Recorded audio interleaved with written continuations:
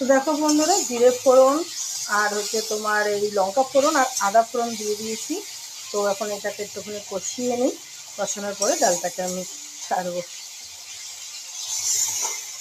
দেখি তো কেমন, হ্যাঁ সেটা ভালোই বেরিয়েছে।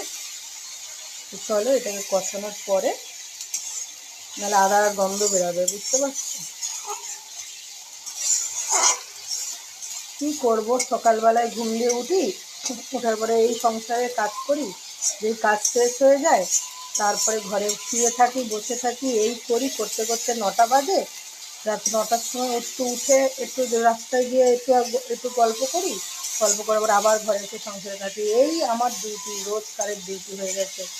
না কোথাও যাই, না কোথাও কিছু, সারাদিন ঘরে ঘরে সময় কেটে যাচ্ছে। এই দেখো উচ্ছেটাকে ধুয়ে নিয়েছি, অল্প করেই উচ্ছে দিয়েছি, যদি তিতো হয়ে যায়।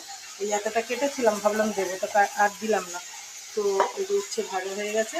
উচ্ছেটা মনে হয় লাস্টে দিতে হবে, জানি না, ওটা আবার শুনলাম না ওর কাছ থেকে। এবার ডালটাকে ছাড়বো, হয়ে গেছে, নাহলে পুড়ে যাচ্ছে আদাটা।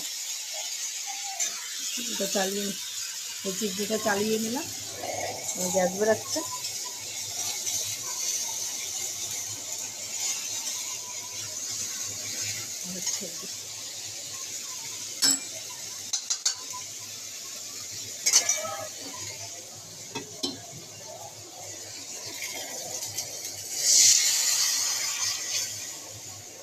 দিয়ে দিলাম।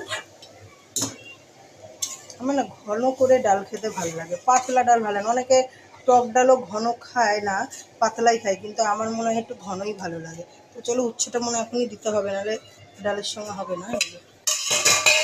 দিয়ে দিলাম, এবার একটু ফুটুক, ফুটলেই নামিয়ে দেবো। হালকা একটু মিষ্টি দিয়ে নিই। আমার আবার সবটাতে একটু মিষ্টি লাগে, জানো, তরকারি টরকারি যা করবে একটু মিষ্টি লাগে, নাহলে আবার ভালো লাগে না, জানি না কেন। সব কিছুতে, খালি মাছটাতে বাদে সব তরকারিতেই মিষ্টি দিই, ডিমের ঝোলে দিই। তো চলো বন্ধুরা, হয়ে গেল। এবার আমি নামিয়ে ফেলছি, ডালটা একটু ফুটে নিলেই নামিয়ে দেবো। তো নেক্সট ভিডিওতে আবার তোমাদের সাথে দেখা হচ্ছে, সাথে থাকো, পাশে থাকো।